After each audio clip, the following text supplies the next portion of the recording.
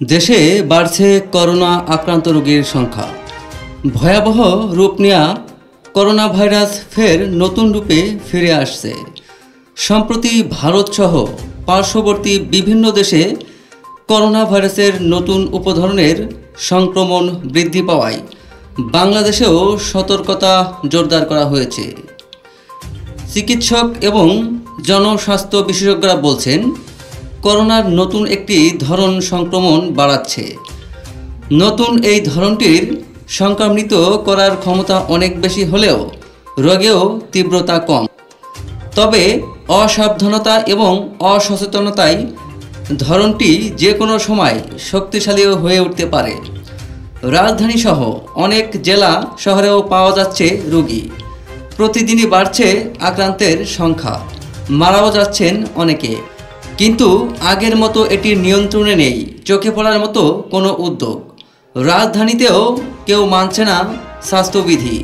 জেলা শহরে তো এর বালাই নেই। তাই আমাদের সবাইকেই যথেষ্ট সাবধান এবং সচেতন থাকতে হবে।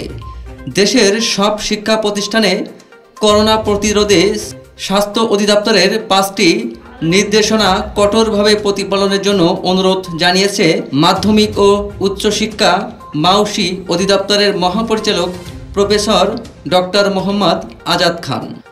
দেশে করোনা ভাইরাসে আক্রান্ত হয়ে গত 24 ঘন্টায় 5 জনের মৃত্যু হয়েছে।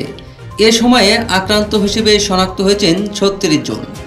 গতকাল রোববার স্বাস্থ্য অধিদপ্তরের করোনা বিষয়ক নিয়মিত সংবাদ বিজ্ঞপ্তিতে এ তথ্য জানানো হয়। বিজ্ঞপ্তিতে জানানো হয়, সারা দেশে গত 24 ঘন্টায় 621টি নমুনা পরীক্ষায় 36 জনের করোনা শনাক্ত হয়। 24 ঘন্টায় করোনায় মারা যাওয়া 4 জনই পুরুষ, বাকি জন নারী। তাদের মধ্যে চট্টগ্রামে 3 জন, ঢাকা ও রাজশাহীতে 1 জন করে মারা যান। চলতি বছরের 1 জানুয়ারি থেকে 22 জুন পর্যন্ত 5598 জনের নমুনা পরীক্ষা করে 433 জনের শরীরে করোনা ভাইরাস পাওয়া গেছে। এ সময়ে করোনায় আক্রান্ত হয়ে মারা গেছেন 16 জন। নতুন করে 36 জনের দেহে করোনা ভাইরাস শনাক্ত হওয়ায় মহামারীর শুরু থেকে এখনও পর্যন্ত মোট আক্রান্তের সংখ্যা বেড়ে দাঁড়িয়েছে 20,51,978 জন। এছাড়া 5 জনের মৃত্যুর মধ্য দিয়ে করোনা আক্রান্ত হয়ে মারা গেছেন 29,515 জন।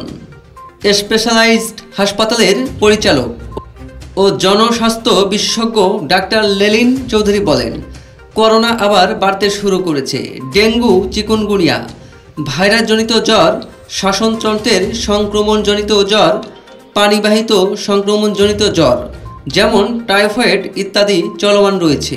এগুলোর সাথে করোনা যুক্ত হওয়াতে ভোগান্তি ও জীবনহানির সম্ভাবনা বেড়ে গেল। পাশের দেশ ভারতে করোনার সংক্রমণ দ্রুত বাড়ছে।